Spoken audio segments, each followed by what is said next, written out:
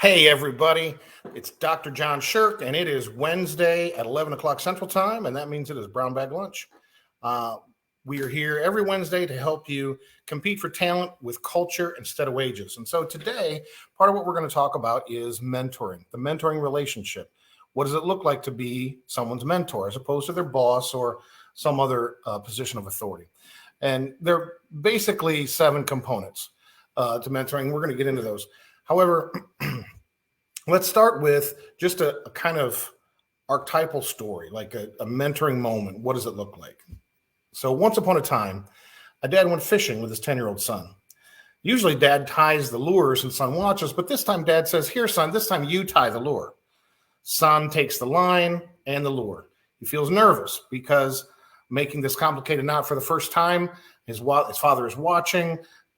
You know, he just feels the eyes on him. But his father talked him through it. The son could feel how much more time it was taking than when dad does it, but dad didn't show any impatience and he answered his questions.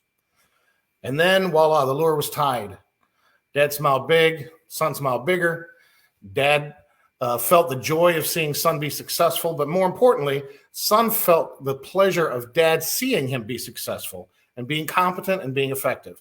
And then dad says, "Son, this is why in life, if something is important to you, it's worth the time and effort to do it right."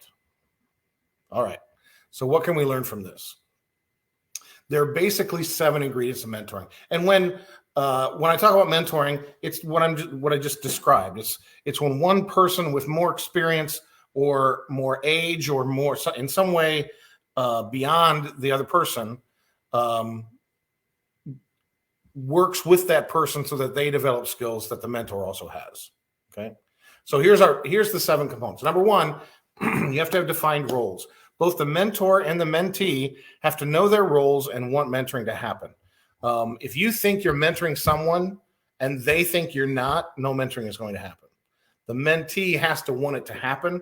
Otherwise, the dynamics don't play out. Number 2, there has to be the risk of failure. There is no exposure of success without the risk of failure. Now, it's extremely important that the mentor doesn't shame the mentee if they fail short term, but it's got to count in real time.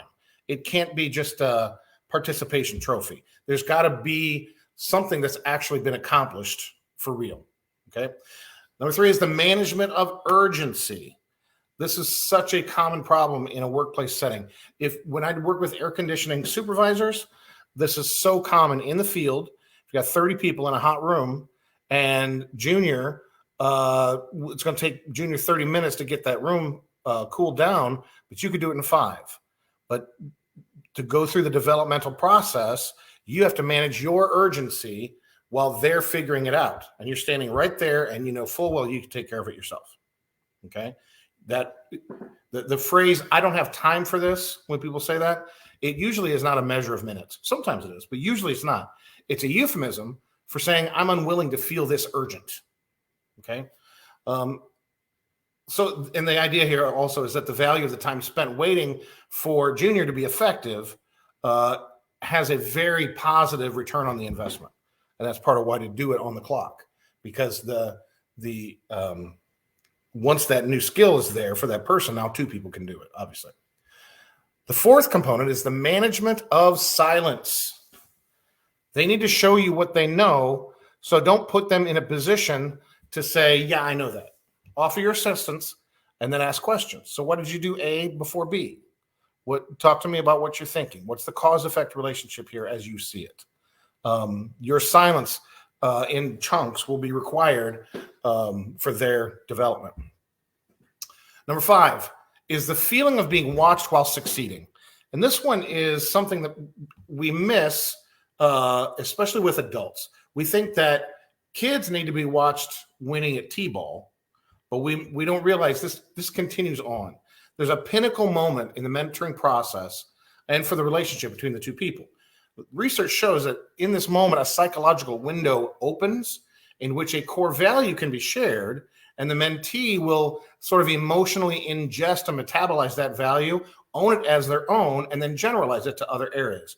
Remember the story at the end where the dad says, "Son, that's why in life it's important, when it's important, take the time to do it right."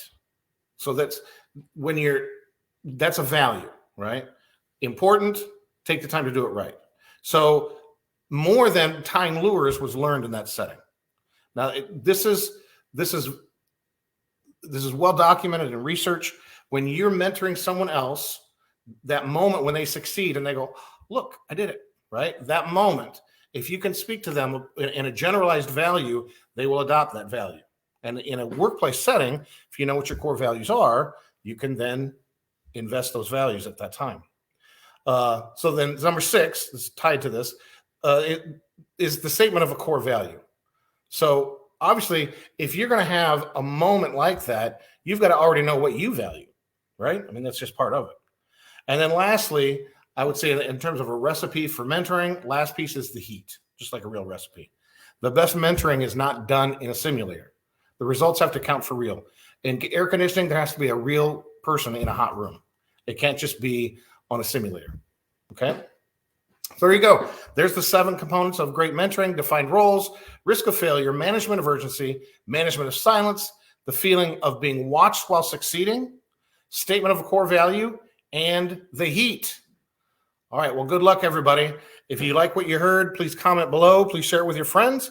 And please reach out to me. I'd love to get on the phone for 15 minutes and just get to know you. And maybe I can help you out some other way. I'm Dr. John Sherk, and this has been Brown Bag Lunch. Thanks, everybody.